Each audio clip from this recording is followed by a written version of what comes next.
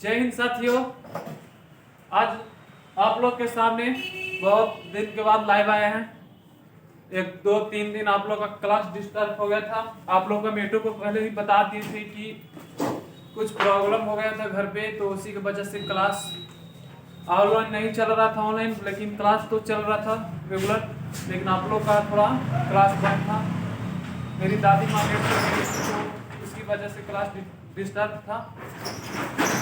Family है तो थोड़ा तो फैमिली के साथ तो होते रहता है, तो सब देखना पड़ता है साथी। चलिए, जितने भी लाइव वाले बच्चे हैं, जो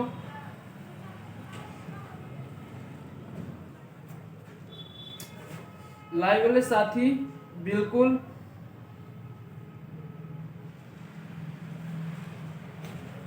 आप लोग बस एक दूसरों को शेयर करते रहिए और फिर क्लास चालू करेंगे। Good evening Raju ji, good evening.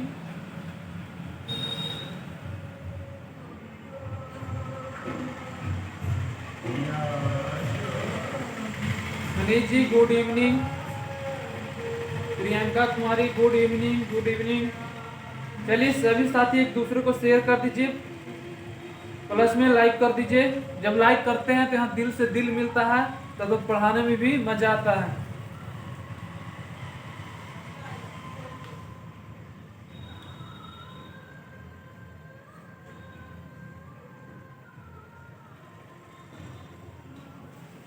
देखो दोस्त, सफलता है ना एक ऐसा सीढ़ी है जो सफलता है, जो बॉडी हाइट और लुक पर निर्भर नहीं करता है। सफलता है जो बॉडी हाइट और लुक पर निर्भरता नहीं करता है। वो ज्ञान एवं बुद्धिमान व्यक्ति पर निर्भर करता है, बुद्धिमान पर निर्भर करता है। इसीलिए आपके पास अगर लुक नहीं है अच्छा, तो टेंशन मत लीजिएगा। आपके पास हाइट नहीं है तो टेंशन ना लीजिएगा। आपके पास बॉडी नहीं है तो टेंशन ना लीजिएगा। ये सब अगर आपके पास नहीं है तो कोई बात ना है, लेकिन आपके पास ज्ञान जरूर रहना चाहिए। सबसे बड़ा सफलता हमें ज्ञान ही देता है। वो ज्ञान अगर रहेगा तो हम किसी क्षेत्र में हम अपना सफलता प्राप्त करते हैं। तो चलिए, टाइम को ना विलंब करते हुए आज हम लोग पढ़ेंगे जैन धर्म के बारे में। तो जैन धर्म के बारे में पढ़ेंगे। तो देखा जाए यहाँ पे, तो जो जैन धर्म थे, जो 24 तीर्थंकर थे, कितने 24, जिसमें प्रथम थे ऋषभ देव थे। कौन प्रथम थे? ऋषभ देव। और जो देखिए क्वेश्चन यहाँ पर 24 में 24 तो पूछा नहीं जाता है, लेकिन आप लोग को 2400 पढ़ाएंगे, जो 2400 तीर्थंकर को पढ़ाएंगे। तो जो आज तक जो क्वेश्चन पूछा है वो फर्स्ट और 23 और 24 से ही पूछा है। तो 23वां था जो पारसनाथ था। कौन? 23वां था पारसनाथ था, और 24वां हमारा महावीर स्वामी था। महावीर स्वामी था, ठीक है। तो यहाँ पर देखा जाए तो जिन शब्द, जो जैन शब्द है, जो जिन शब्द से बना है, क्या ये कौन सा शब्द से बना है? शब्द तो जिन शब्द से बना है। जिन शब्द से बना है, जिन शब्द से बना है, जिसका अर्थ होता है विजेता। क्या? विजय। जिसका अर्थ क्या होता है? विजय। क्या? विजय होता है। जिसका अर्थ क्या होता है? विजय। जिन शब्द का अर्थ होता है विजय।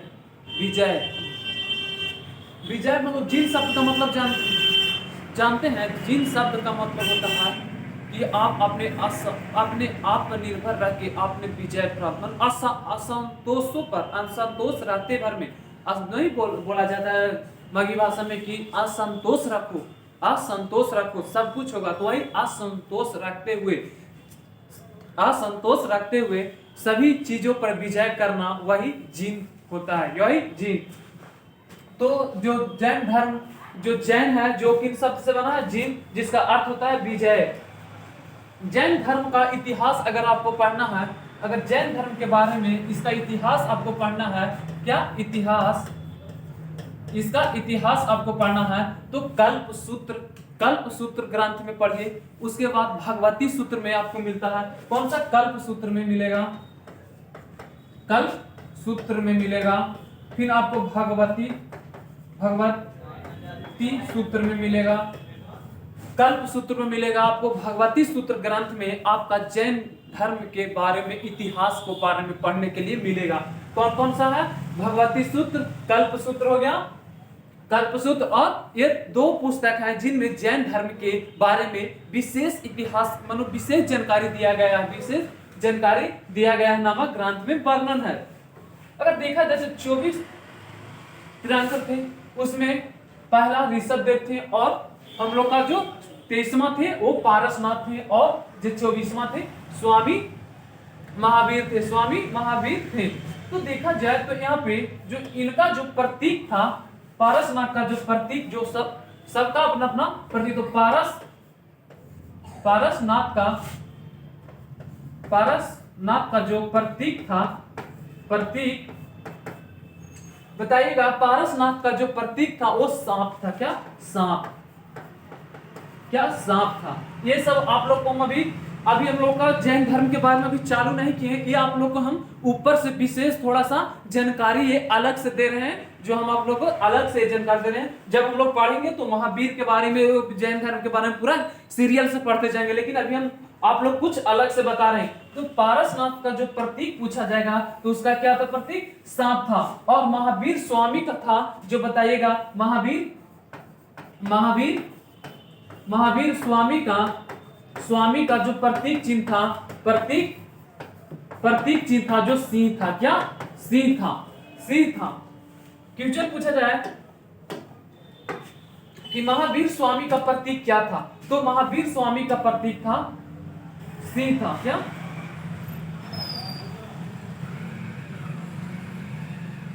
क्या था? सिंह था।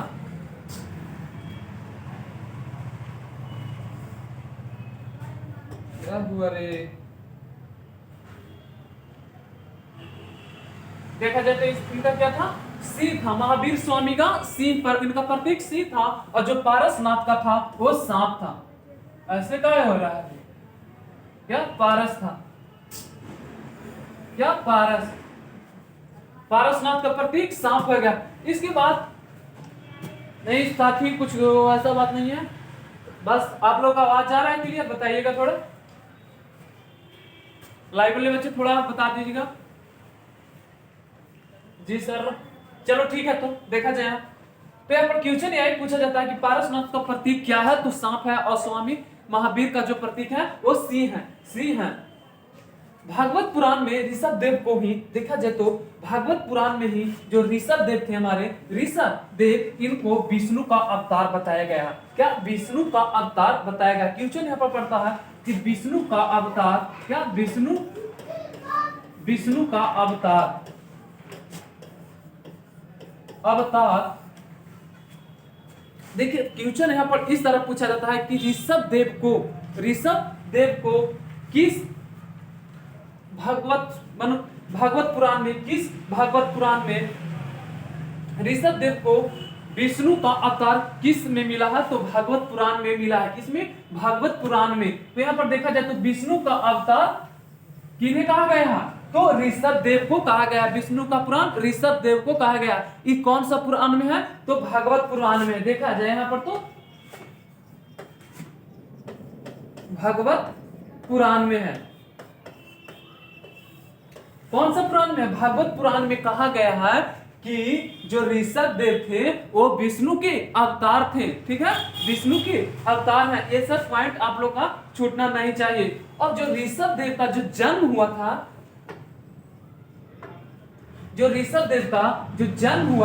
देखा जाए यहाँ पे जो ऋषभ देव का जो जन्म हुआ था जो अयोध्या में हुआ था। कहाँ? ऋषभ देव का जन्म अयोध्या में हुआ था। अयोध्या में हुआ था। कहाँ? अयोध्या में हुआ था। विष्णु का अवतार किन्हें कहा गया, तो हमारा जो प्रथम तीर्थंकर थे उन्हें ऋषभ देव को ही कहा गया। और उनका जो जन्म हुआ था जो अयोध्या में हुआ था। कहाँ? अयोध्या में हुआ था। उसके बाद देखा जाए तो पारसनाथ का प्रतीक सांप हो गया, हमारा महावीर स्वामी का सिंह हो गया प्रतीक। उसके बाद देखा जाए तो जैन धर्म का जो जैन धर्म का जो वास्तविक अगर माना जाता है संस्थापक, उन्हें महावीर को माना जाता है। किन्हें? महावीर को। अगर इनका जो वास्तविक पूछा जाए, कौन सा वास्तविक जो संस्थापक है, कौन है? वास्तविक संस्थापक पूछा जाए तो इन्हें महावीर को कहा गया। इन्हें महावीर को कहा गया जैन धर्म के वास्तविक। ठीक है, अब उसके बाद हम देखेंगे पारसनाथ के बाद हम लोग ऋषभ देव के बारे में, ऋषभ देव के बारे में जानेंगे। उसके बाद हम लोग पारसनाथ के बारे में भी जानते हैं। तो पारसनाथ का जो 23वां हमारा कौन, 21वां हम लोग का जो तीर्थ थे, 24वां स्वामी पारसनाथ थे। अगर इनका जो पिता का नाम बात किया जाए तो काशी नरेश के आश्वेस के पुत्र थे। काशी नरेश के आश्वासन के पुत्र थे कौन, पारसनाथ थे।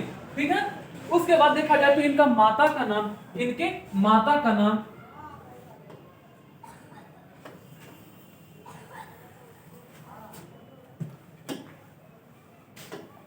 अगर देखा जाए तो इनकी माता का नाम जो बामा था, क्या बामा था। और इनके जो पिता का नाम था वो नरेश आश्वेसन के पुत्र थे। किनका पुत्र थे, नरेश के पुत्र थे।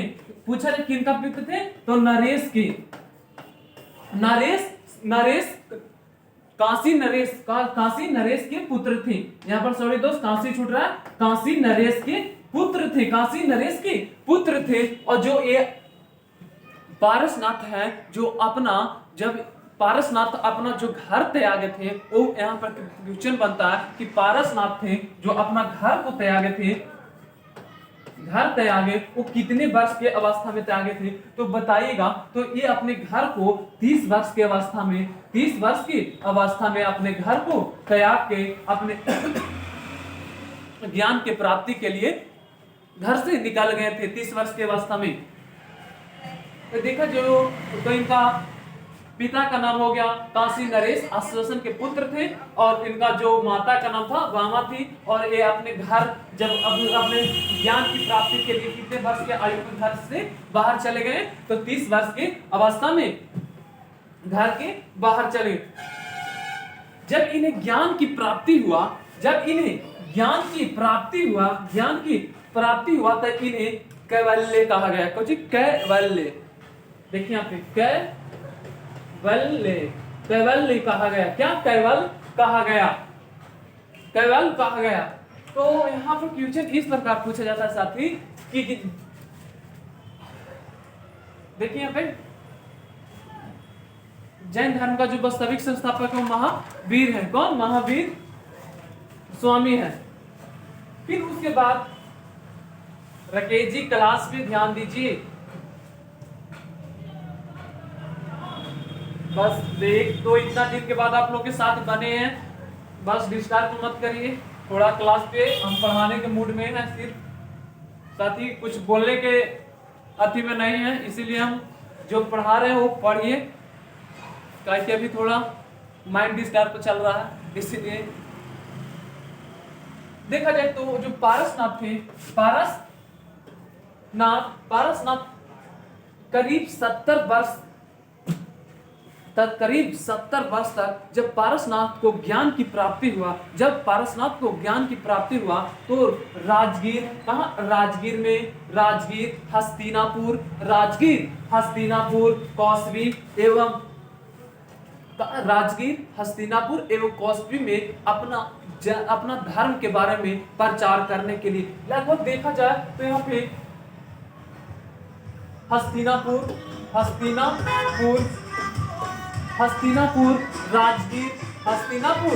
राजगीर कौसबी हस्तिनापुर राजगीर और कौसबी में लगभग 70 वर्ष तक यहाँ प्रचार किए थे। कितने, 70 वर्ष तक ये अपना धर्म के बारे में प्रचार किए थे। अपना धर्म के बारे में कितना वर्ष प्रचार किए तो 70 वर्ष।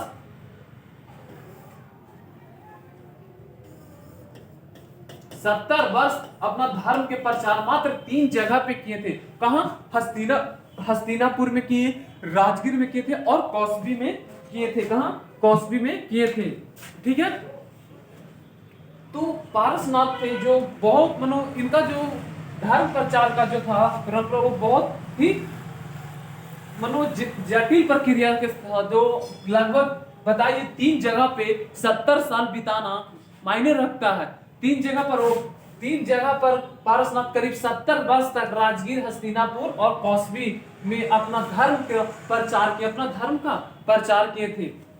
उसके बाद देखा जाए तो नाथ की जो प्रथम अनुयायी थी उनकी माता थी। पारसनाथ की प्रथम अनुयायी मतलब उनका प्रथम शिष्य थे जो कौन थे, तो इनका जो प्रथम शिष्य थे उनका माता, तो उनका माता का नाम आप लोग को बताए थे, कौन थे बताइए, उनका माता का नाम बताइए आप लोग, कमेंट में अभी बताए थे पारसनाथ की माता का नाम क्या था, यहाँ पे मैं टार दिए हैं, बताइए आप लोग, लाइव वाले बच्चे बताइए तो। राजू बिल्कुल आपका सही है, मनीष भी,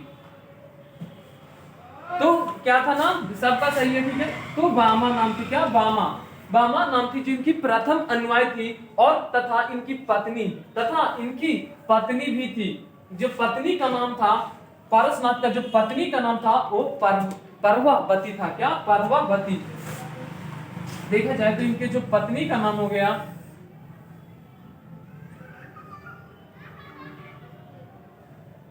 इनका जो पत्नी का नाम हो गया परवावती था, क्या परवावती। इनका माता हो गए प्रथम अनुयायी, और पारसनाथ के पत्नी कौन हो गए, परवावती हो गए। परवावती इनके दो वो अनुयायी, प्रथम अनुयायी थे, प्रथम शिष्य थे। उसके बाद ये तमाम आप लोग को जो पॉइंट था जो अलग से हमको बताना था वो हम आप लोग को बता दिए कि जो जैन धर्म का बसरी संस्थापक हैं वो महावीर स्वामी को कहा गया है, और ऋषभ देव जो प्रथम हमारे त्रिवेकर हैं, और जो 23वां है जो पारसनाथ हैं, और 24वां स्वामी महावीर स्वामी हैं, महावीर स्वामी हैं। और पारसनाथ का पिता का नाम काशी नरेश थे, और इनका माता का नाम बामा थी, और जो जब इन्हें काशी नरेश को जब ज्ञान की प्राप्ति होगा तो उन्हें कैवल्य कहा गया, ठीक है। और जो जैन शब्द है जो जिन शब्द से बना है, जिन शब्द का अर्थ होता है असंतोष पे विजय प्राप्त करना, असंतोष पे विजय प्राप्त कर लेना ही जिन कहलाता है, जिन कहलाता है। उसके बाद देखा जाए तो ये जितना पॉइंट था आप लोग के हम सामने बता दिए। उसके बाद हम लोग अब पढ़ते हैं महावीर, किनके, महावीर के बारे में, ये दो महावीर के बारे में पढ़ते हैं, ठीक है। देखिए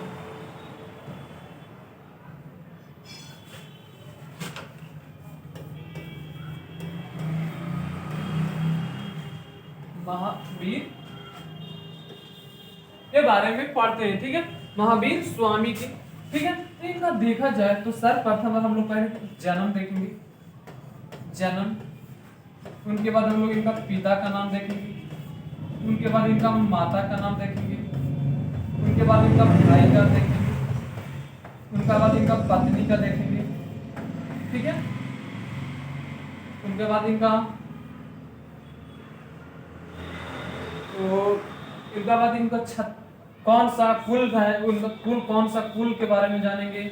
ये हम लोग पहले इतना पॉइंट हम लोग जानते हैं, उसके बाद हम आप लोग को बताते हैं, ठीक है।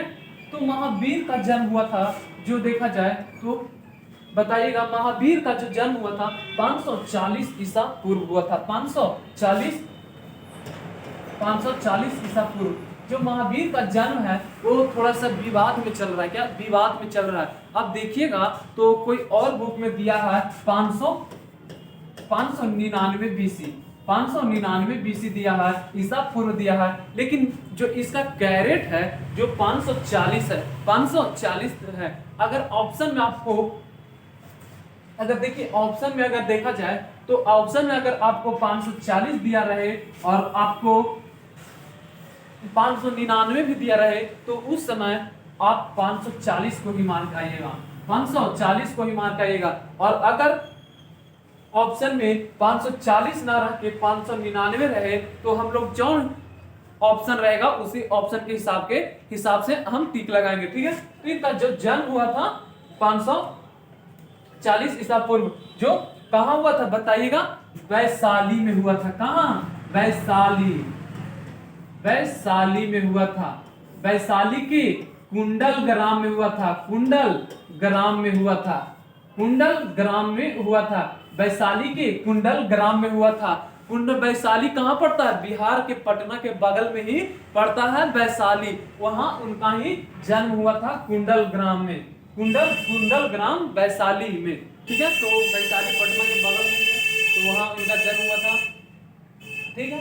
इसके बाद अगर देखा जाए तो इनका जो बचपन का नाम, ठीक है, इनका जो बचपन का नाम था,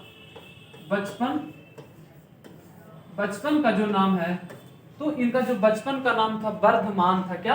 वर्धमान था।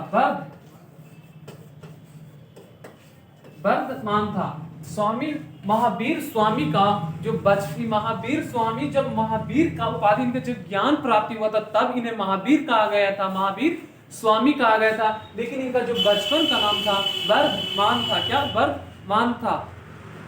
साथी बिल्कुल यहाँ पर आप लोग देखिए, आज हम आप लोग को बहुत अच्छे तरीका से बताने वाले हैं, क्योंकि हम आज बहुत तरह से आप लोग के पढ़ाने के लिए आज हम खुद रूम पे इतना मेहनत किए हैं कि आप आज सोचें कि इतना अच्छे से बच्चों को बताना है कि थोड़ा कंफ्यूज भी ना रहे बच्चे। इसीलिए आज बहुत पता है आप लोग के पढ़ाने के चलते मेरा एक 3 दिन का मेहनत आप लोग के पीछे हम करते हैं, तब जाके हम बोर्ड पर कुछ पढ़ाते हैं। ऐसे नहीं होता है कि हम तो भगवान तो नहीं है साथी कि हम आए बोर्ड पे पढ़ा दिए, ये तो हम है नहीं। तो देखिए, हम आप लोग के पढ़ाने के पहले हम खुद पढ़ते हैं, तब आप लोग को हम पढ़ाते हैं। ऐसा नहीं कि हम आते हैं बोर्ड पे और दिन भर अयासी करते हैं, उसके बाद हम आते हैं डायरेक्ट पे और बोलते हैं कि बताओ। थोड़ा रुक जाइए साथी।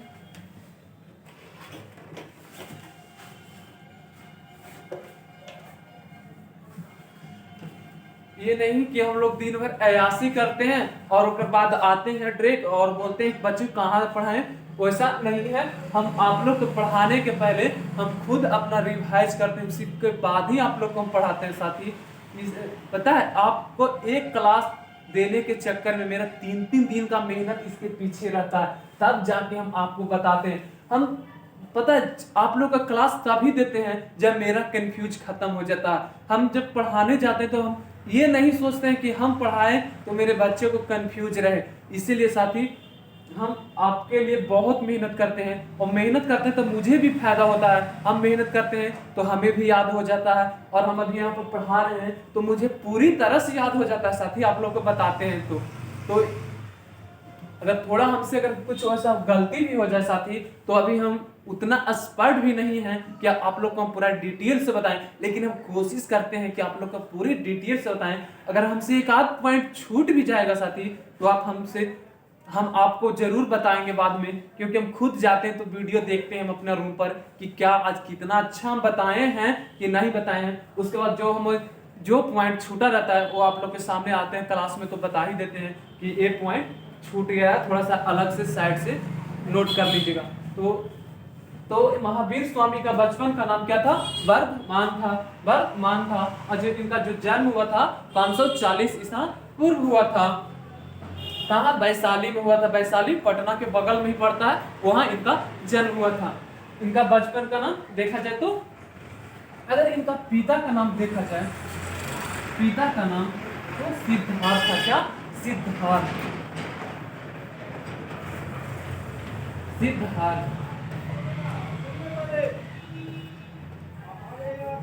सिद्धार्थ था। इनका पिता का नाम क्या था? सिद्धार्थ। पूछेगा कि महावीर स्वामी का पिता का नाम था तो क्या था? तो सिद्धार्थ था। और महावीर स्वामी का बचपन का नाम था वर्धमान था, और उनका जन्म 540 ईसा। लेकिन यहाँ पर विवाद थोड़ा चल, लेकिन यहाँ पर कैरेट है जो 540 है। ठीक है। अब इनका जो बात किया जाए माता का नाम, तो माता का नाम त्रिशला था। क्या? त्रिशला। ठीक है, देखा जाए माता का नाम त्रिशला था। क्या?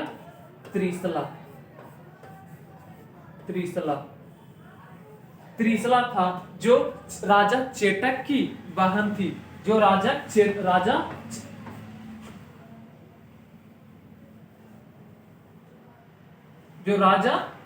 की बहन थी। राजा चेटक की बहन थी। राजा चेटक थी जो वैशाली के जो राजा थे उन्हीं का बेटी थी। राजा चेटक की बेटी थी, और जो राजा चेटक था कहाँ का राजा था? वैशाली का राजा था, तो उन्हीं का ये बेटी थी त्रिशला। तो इनका जो शादी हुआ था महावीर स्वामी के साथ हुआ था। ठीक है। और अगर बात किया जाए इनका पिता का नाम जो सिद्धार्थ की पत्नी थी। क्या? ये सिद्धार्थ की पत्नी थी। ठीक है, सिद्धार्थ की पत्नी थी। अब इनका बात किया जाए कि महावीर की महावीर की पत्नी, तो यहाँ पर देखिए महावीर स्वामी का, महावीर स्वामी का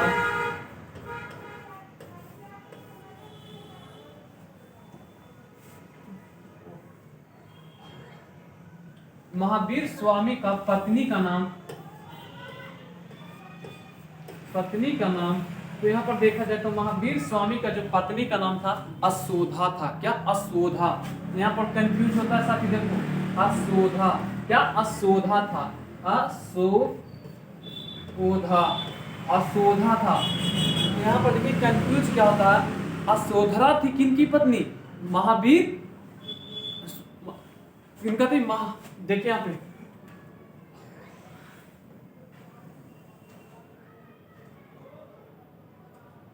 हाँ देखिए यहाँ पर देखा जाए तो जो यहाँ पर क्वेश्चन गलती होता है कि अशोधा, एगो अशोधा है, एगो अशोधरा थी। तो अशोधरा किनकी थी?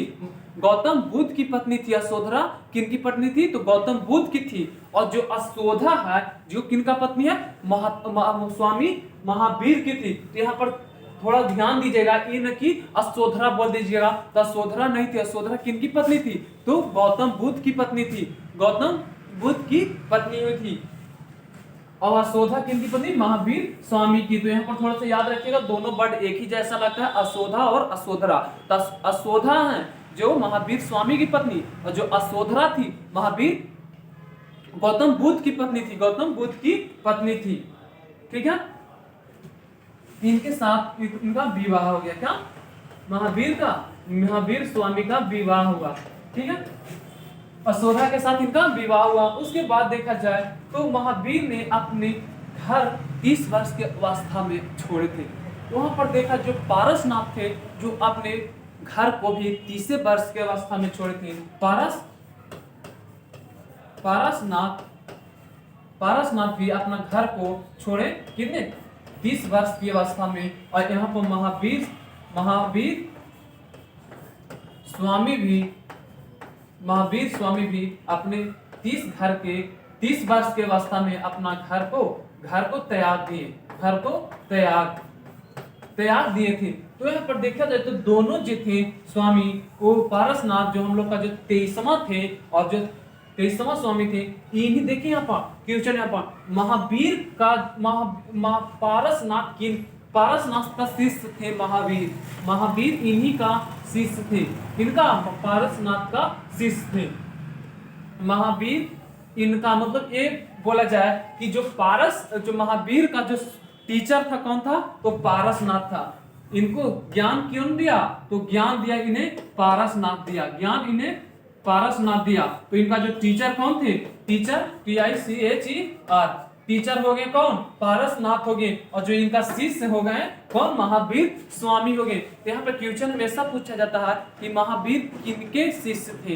तो पारसनाथ के शिष्य थे, पारसनाथ के शिष्य थे। और महावीर अपना घर कितने वर्ष की अवस्था में त्यागे थे? तो 30 वर्ष की अवस्था में। जब इनके माता पिता का जब देहांत हो गया साथी, तो ये अब सोचें कि अब तो कुछ है नहीं, अब हम अपना घर त्याग कर एक ज्ञान अपना एक सन्यासी जीवन जिएंगे और एक ज्ञानी आदमी बनेंगे। तो इनका जब माता पिता का मृत्यु हो गया, तो जो इनका महावीर स्वामी का जो बड़ा भाई हुआ था, उन्हीं से अति नंदीवर्धन, देखिए पे जो इनका बड़ा भाई हुआ,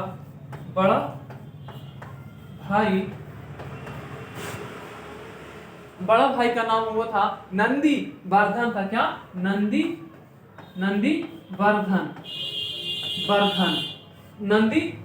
था। नंदीवर्धन जो बड़ा भाई थे। क्या? नंदीवर्धन थे जो बड़ा भाई थे। नंदीवर्धन के स्वामी महावीर स्वामी अपने बड़ा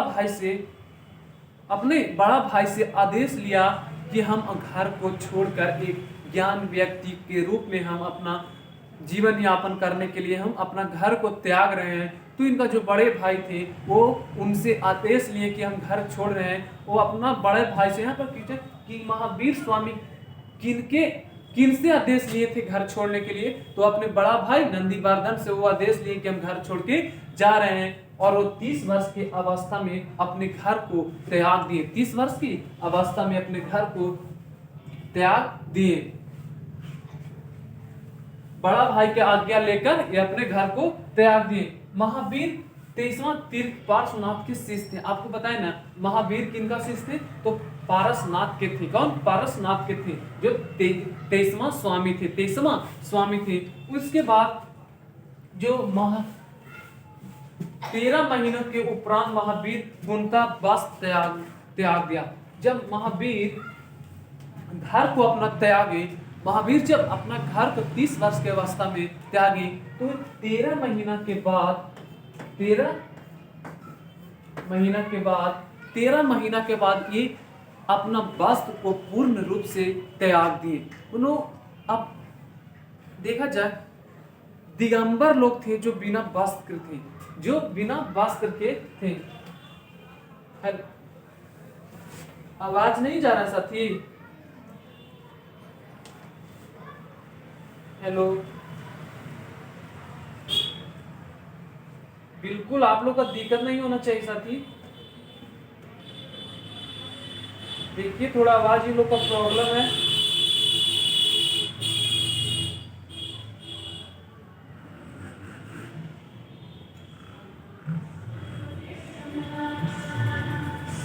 अब जा रहा साथी? ठीक है, तो देखा जाए तो यहाँ पर हम बता रहे थे स्वतंबर और दिगंबर के बारे में। स्वतंबर और दिगंबर के बारे में तो जब महावीर स्वामी 13 महीना के बाद वो ना वस्त्र हो गए, मतलब अपना वस्त्र पूरी तरह से खत्म, मनो पहनने के लिए छोड़ दिए, मनो लंगे रहना स्टार्ट किए। लंगे रहने मनो पूरी तरह से अपना वस्त्र को छोड़ दिए।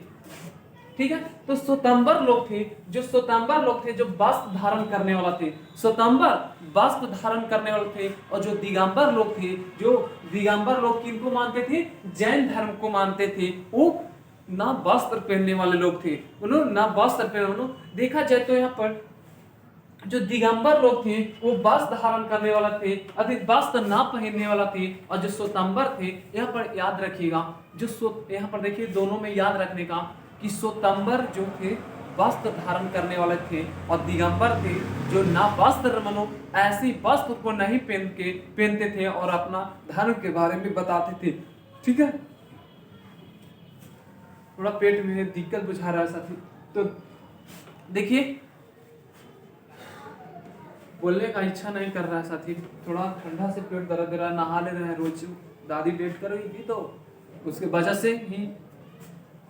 तो देखा जाए तो यहाँ पर याद रखिएगा, यहाँ पर क्वेश्चन पूछा जाता है कि कौन जैन धर्म में कौन सा लोग थे जो वस्त्र पहनते थे? तो स्वतंबर लोग थे जो वस्त्र पहनते थे, और दिगंबर लोग थे जो ना वस्त्र रहते थे। तो स्वतंबर मतलब जानते हैं, श्वेत वस्त्र धारण करने वाले व्यक्ति। अब स्वतंबर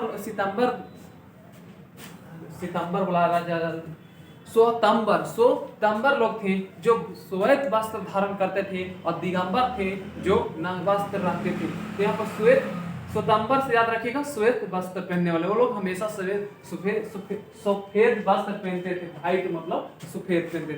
ठीक है, तो यहाँ पर देखा जाए तो जब इस प्रकार 12 वर्ष तक, जब 13 महीना के बाद वो वस्त्र अपना त्यागे, उसके बाद लगातार कठिन तपस्या के बाद जब वो 12 वर्षों तक कठिन मेहनत किए, कठिन परिश्रम किए, तब उन्हें जाके ज्ञान की प्राप्ति हुआ।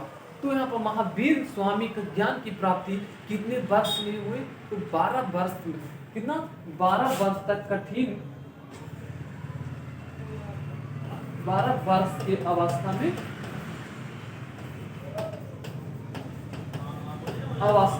इन्हें ज्ञान की प्राप्ति हुआ। 12 वर्ष की अवस्था में इन्हें ज्ञान की प्राप्ति हुआ। तो ये सब पॉइंट आप लोग ध्यान दीजिएगा कि कितने वर्ष की अवस्था में महावीर स्वामी का ज्ञान की प्राप्ति हुआ?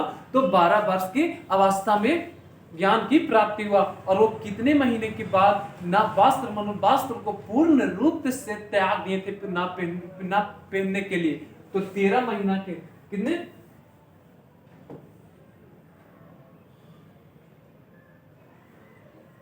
कहां पढ़ ली थी?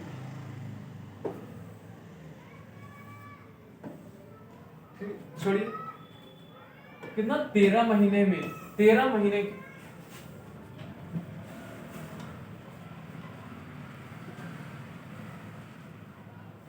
है ना?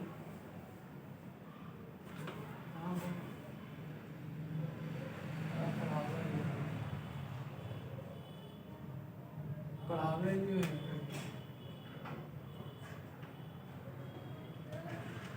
हाँ वही सब।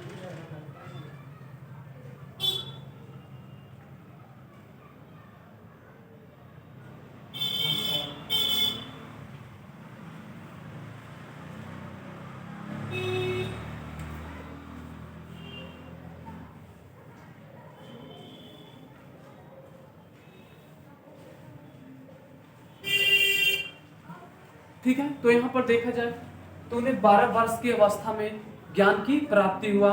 तो यहाँ पर देखिए दोस्त, 12 वर्ष के अवस्था में उन्हें ज्ञान की प्राप्ति हुआ और वो स्वामी महावीर स्वामी अपने घर को त्यागे थे। कितने वर्ष की अवस्था में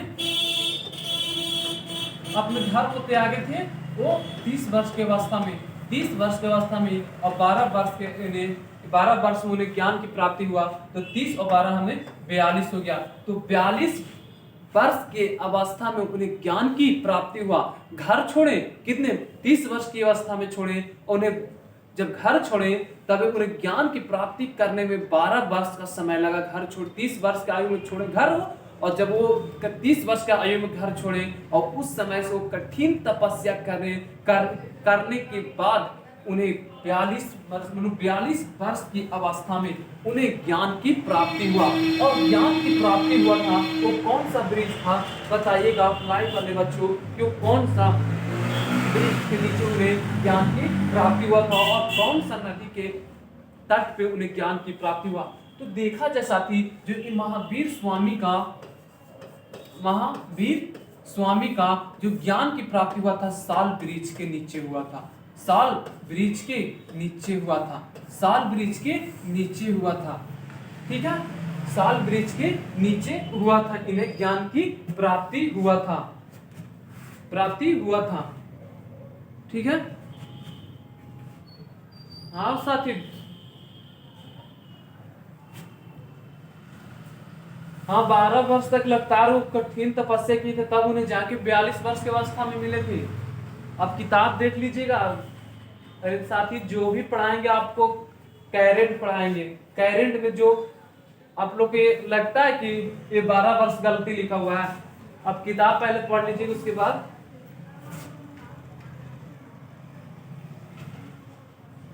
ठीक है, बिल्कुल सही है साथी। हाँ देखो बुक में, जो इन्हें साल ब्रिज के नीचे हुआ था और इन्हें जो ज्ञान की प्राप्ति हुआ, त्रिजु पालिका नदी के किनारे ज्ञान की प्राप्ति हुआ। त्रिजु पालिका नदी के तट पर इन्हें साल ब्रिज के नीचे ज्ञान की प्राप्ति हुआ। यहाँ पर क्वेश्चन पूछा जाता है किन ब्रिज के नीचे? तो साल ब्रिज के नीचे इन्हें ज्ञान की प्राप्ति हुआ। और कौन सी नदी? तो त्रिजु पालिका नदी के तट पर इन्हें, त्रिजु पालिका नदी के तट पे, त्रिजु पालिका नदी के तट पे इन्हें ज्ञान की प्राप्ति हुई। कितने वर्ष की अवस्था में? तो 42 वर्ष के अवस्था में। अगर ऐसे पूछा जाए कि कितने वर्ष उन्हें लग गया था, तो 12 वर्ष लग गया था उन्हें ज्ञान की प्राप्ति में, उन्हें लग गया था। ठीक है साथी, आगे बढ़ते हैं। आप लोग बताइएगा, कंफ्यूज थोड़ा?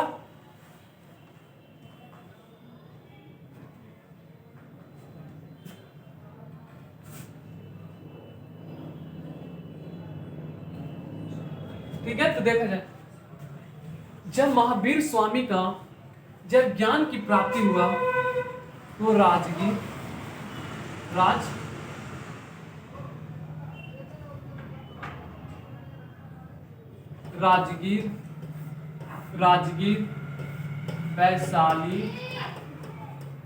वैशाली मगध,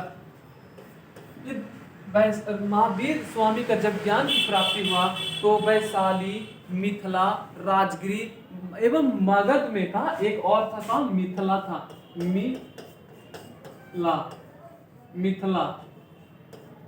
मिथिला का राजगीर, वैशाली, मिथिला, ये राजगीर, वैशाली, मगध एवं मिथिला, यहाँ अपना अपना धर्म को जाकर अपने धर्म के बारे में प्रचार किए थे।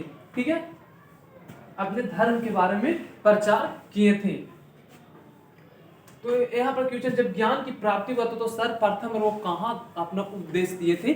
तो सर्वप्रथम उपदेश दिए थे वो राजगीर में दिए थे। कहाँ? राजगीर में दिए थे। कहाँ? राजगीर में दिए थे साथी। ठीक है, राजगीर में दिए थे। ठीक है, अब इसके बाद देखा जाए तो वहां पर एक श्वेतांबर एक दिगंबर थे, तो उन दोनों में विवाद हो गया था साथी। तो देखा जाए तो यहाँ पे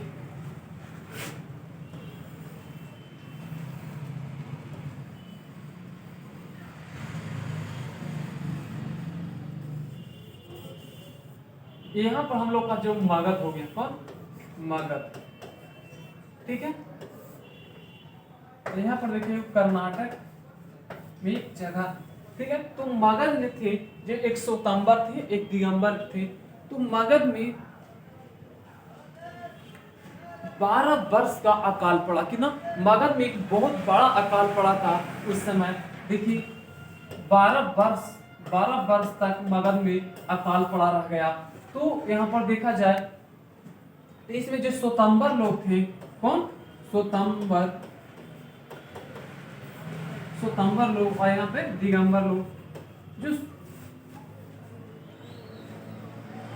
हाँ तो देखा जाए यहाँ पे साथी, तो जो एक श्वेतांबर थे जो श्वेत वस्त्र पहनते थे, और दिगंबर थे जो न वस्त्र पहनते थे। ठीक है, न वस्त्र रखते थे। इन दोनों में जब विवाद होने का जो मुख्य कारण था, जो यही कारण था, जो जब मगध पर भीषण अकाल पड़ा था, तो जो श्वेतांबर लोग थे, दिगंबर लोग थे, वो कर्नाटक चले आए थे। कहाँ? कर्नाटक में एक जगह था, थोड़ा साथी भुला रहे हैं, थोड़ा रुकिए, थोड़ा देख लेते हैं।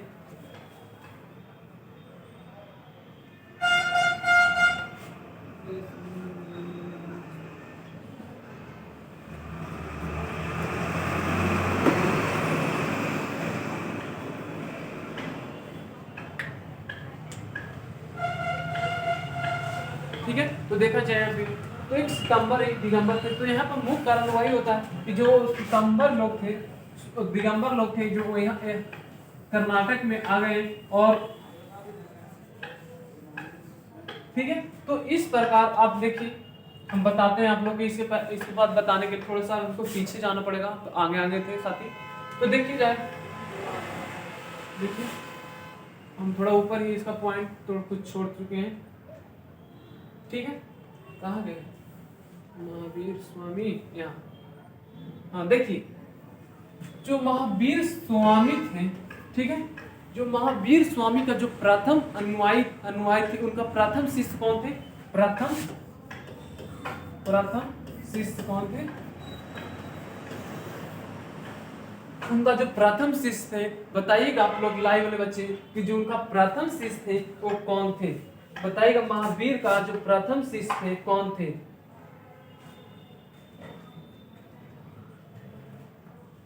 बताइएगा।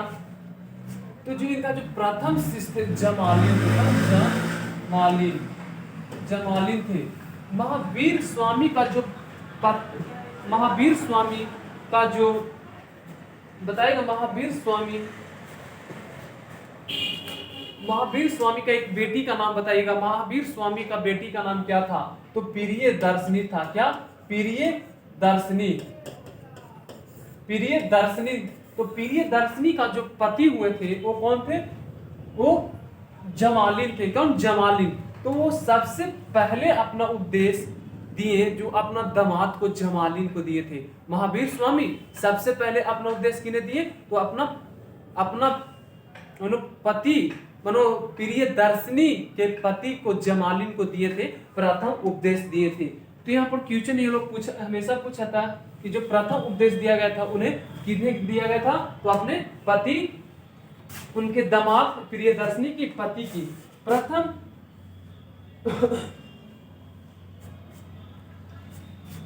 ठीक है। फिर यहाँ पर देखा जाए तब इन्हें प्रथम तो इनका शिष्य कौन हो गया? इनका दामाद हो गया। चलिए, इनका जो शिष्य थे वो 12 भागों में बांटा गया था। कितने? 12 भाग में बांटे गए थे। इनका जो शीश था उन्हें 11 गांधार में बांटे गए थे। कितने? इनके शीश का विभाजन कितने भाग में हुआ? शीश का जो विभाजन हुआ वो 11 गंधार में हुआ था। गंधार में हुआ था, 11 गंधार में हुआ था। पता नहीं आज क्या हो रहा है, बुला जा रहा है कुछ और साथी, थोड़ा तबीयत ठीक भी नहीं लग रहा है, इसी वजह से आवाज भी पूरा नहीं निकल रहा है, पेट दर्द दे रहा है थोड़ा साथी। फिर भी आप लोग का क्लास बहुत दिन से बंद था, इसीलिए आप लोग हम सोचे कि आप लोग जितने बच्चे हम लोग के सामने भी 70 बच्चे पढ़ रहे हैं तो ओला का क्लास डिस्टर्ब रहता था, तो इसीलिए हम सोचे कि नहीं आज क्लास लेते हैं।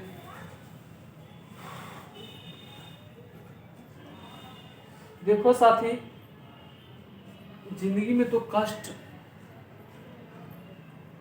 आएगा ही, वो कष्ट को तुम थोड़ा एडजस्ट करने के लिए सीखना, तभी आगे बढ़ेगा साथी। कष्ट जिंदगी में बहुत जरूरी है। देखा जाए तो आदमी को दुख भी बहुत जरूरी आना चाहिए। अगर सब दिन उसके पास सुख ही रहेगा तो भगवान को भूल जाएगा, फिर भगवान को हम लोग के हिस्ट्री में पढ़े पड़ेगा। इसमें अगर भगवान अगर दुख ना दे तो भगवान को हम लोग कुछ इतिहास में पढ़ेंगे कि वो भगवान थे, कृष्ण भगवान थे, ये वो शंकर भगवान थे, ये हम लोग पूरा हिस्ट्री में चल जाएंगे, चाहे वो मुस्लिम धर्म का हो या हिंदू धर्म का हो। अगर भगवान अगर दुख ना दें तो हम लोग भगवान को भूल जाएंगे भी। तो इसीलिए भगवान भी कहते हैं लोग तुमको दुख दे रहे हैं, ससुरा हम भी अभी हैं धरती पे। इसीलिए दुख भी बहुत जरूरी है। अगर दुख आपको मिलता है तो आप तुरंत भगवान को याद करते हैं, और जितना अच्छा से आप खुशी को लाइक करते हैं, जितना अच्छा खुशी को थैंक्स बोलते हैं, उतना ही खुशी से अपना दुख के भी साथ में आप खुश रहिए। तो खुशी दुख और सुख बहुत जरूरी है साथी। आपको जीने का तरीका यही दो वो चीज़ सिखाया। आपके पास ज़्यादा खुशी आता है तो आप थैंक्स बोलते हैं, भगवान थैंक्स, और जब तुम आपके पास खुशी आ जाता है तो आप भगवान को भूल जाते हैं। इसीलिए भगवान कहते हैं कहाँ भूले जा रहा है, ले घर में तुम्हारा दुख देते हैं, अब हमको याद करो।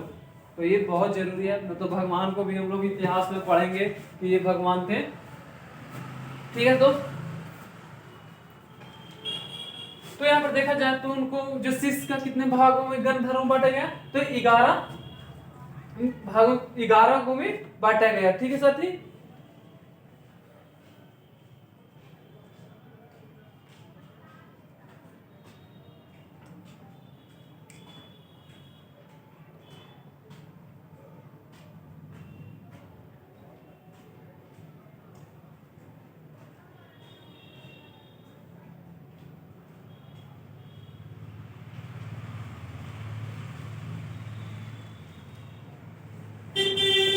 देखा जाए साथी तो हम आप लोग को बताए थे।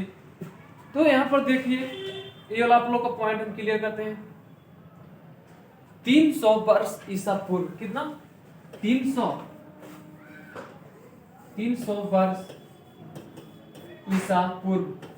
ईसा पूर्व मगध में 12 वर्ष का भीषण अकाल पड़ा था।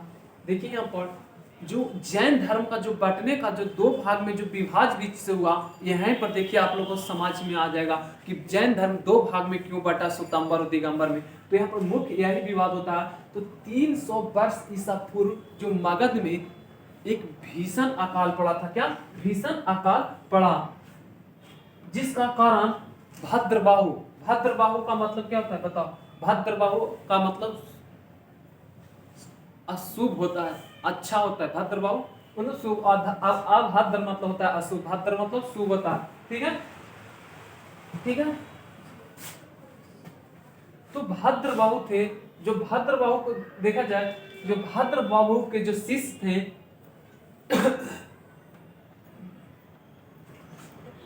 मगध से कर्नाटक चले गए। कहाँ? मगध से कर्नाटक चले आए। भद्रबाहु का शिष्य मगध से कर्नाटक चले आए।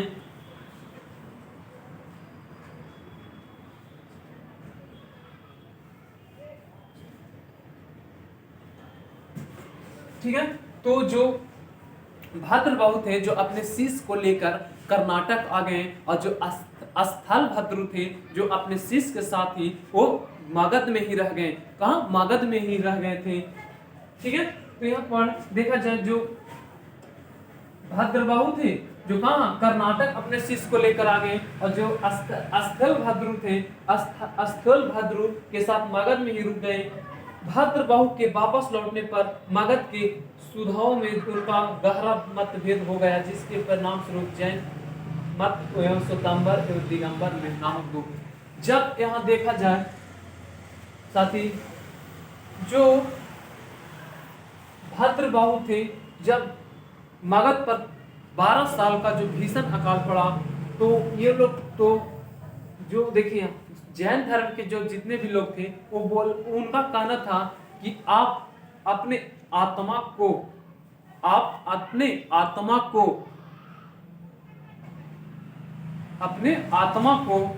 इतना कठोर बना दीजिए वो द्वारा पूर्ण जन्म पर विश्वास ना करे। आप अपने आत्मा को मनो कहा जाता है कि देहाती भाषा में कि आप अपने आत्मा को इतना काहे आलसी बना रहे हैं, इसीलिए अपना आत्मा को इतना दम एक्टिवेट रखिए कि वो अगला जन्म लेने के लिए सोचे ही नहीं, अगला जन्म। तो ये कहते, इनका कहना था कि जो अपने आत्मा को इतना कठोर कर दो कि द्वारा पुनः जन्म पर विश्वास ही नहीं करे। तो ठीक है, इनका कहना था कि जब आत्मा को आपको कठोर बनाना है तो इनका क्या मुख्य कारण क्या है, तो इनका जो है वो क्या कर जाए। ठीक है, देखा जाए तो साथी यहाँ पे तो हम लोग का जो कहते हैं ना मरने के बाद हम लोग क्या बोलते हैं कि अब हम मर रहे हैं इस दुनिया से, हम क्या मरने के बाद हम लोग अपना जीवन बोला जाता है देहाती भाषा में कि अब हमको क्या उससे तो बोला। ठीक है, तो छोड़िए बताते हैं। ठीक है, तो उसके बाद कर्नाटक से जब यहाँ अकाल खत्म पड़ा तो यहाँ जितने भी भद्रबाहु के शिष्य थे वो कहाँ बिहार में लौटे, कहाँ बिहार में मगध लौटे। तो मगध लौटे तो इनका जो कहना था स्थल भद्रु के कि आप जब मेरे अपना राज्य में जब अकाल पड़ा तो तुम क्यों चले गया था, तुम छोड़ के अपना छोड़ के क्यों चला गया था। तो उन्हीं के चक्कर में एक मगध में स्वतंबर और दिगंबर में विवाद हुआ, तो यहीं पे से जैन धर्म दो भाग में बट गया। स्वतंबर जो श्वेत वस्त्र पहनने वाले और जो दिगंबर थे वो नंगे रहने वाले, पूर्ण रूप से अपने वस्त्र को त्याग करने वाले। ठीक है साथी, इसके बाद देखा जाए, ठीक है सर आ गए हैं साथी, तो इसके बाद आप लोग को मैथ का क्लास चलेगा। तो आप लोग को कोशिश करेंगे, थोड़ा सा यहाँ पर हमें भी कंफ्यूज हो रहा था बताने में, ये हम कल आप लोग को बिल्कुल पूरी तरह से बताएंगे कि स्वतंबर और दिगंबर में किस कारण से विवाद हुआ था। थोड़ा सा यहाँ पर कंफ्यूज हो रहे हैं तो इसका हम पूरा आप लोग का अगला क्लास में बताएंगे कि यहाँ पर देखिए ये इसका वजह से हुआ था, तो यहाँ पर बताएंगे। तो जाते जाते कहते हैं साथी कि मंजिल उन्हीं को प्राप्त होता है जो वक्त और हालात पर रोया नहीं करता है, वक्त और हालात पे रोया नहीं करता है, उन्हीं को जाके मंजिल प्राप्त होता है। तो आप लोग के साथ कोई कैसा भी वक्त रहे, आप उस वक्त में हिम्मत से काम लीजिएगा, आपको जरूर मंजिल प्राप्त होगा। तो जाते जाते बोलते हैं जय हिंद साथियों, अगला क्लास में आप लोग के साथ मिलेंगे, मेहनत करेंगे, आप लोग को कोशिश करेंगे कि आप लोग को बेहतरीन रूप से बताएं। आपको हम बता दिए फर्स्ट बार, या आपको हम पढ़ाने के लिए 2 दिन अपने रूम पर पढ़ाते हैं तब आपको हम पढ़ाते हैं आके, ऐसे नहीं होता है। आपको 1 दिन के क्लास देने के चक्कर में हम अपना 3-3 दिन क्लास एक दिन के क्लास के चक्कर में 3-3 दिन रिवाइज करते हैं, तब आपको जाकर एक जैन धर्म के बारे में बताएं। जैन धर्म हम जब 3 बार पढ़ते हैं अपने रूम पर तब आप लोग को बताते हैं, क्योंकि हमें कंफ्यूज ना रहे, इसीलिए हम आपको भी कंफ्यूज में ना रहने देते हैं, इसीलिए हम पूरी तरह से मेहनत करते हैं। कोई भी चीज का टीचर हो साथी वो बिना पढ़े नहीं बताता है, चाहे वो ऐसे हैं टीचर जो पढ़ाते हैं तो हम बोलते हैं बिना अभी हम उतना भी एक्सपर्ट नहीं है कि आपको हम डायरेक्ट आएंगे बोर्ड पे बताने लगेंगे। तो अभी मेरा स्टार्टिंग है तो कुछ प्रॉब्लम होगा। तो जाते जाते जय हिंद साथी।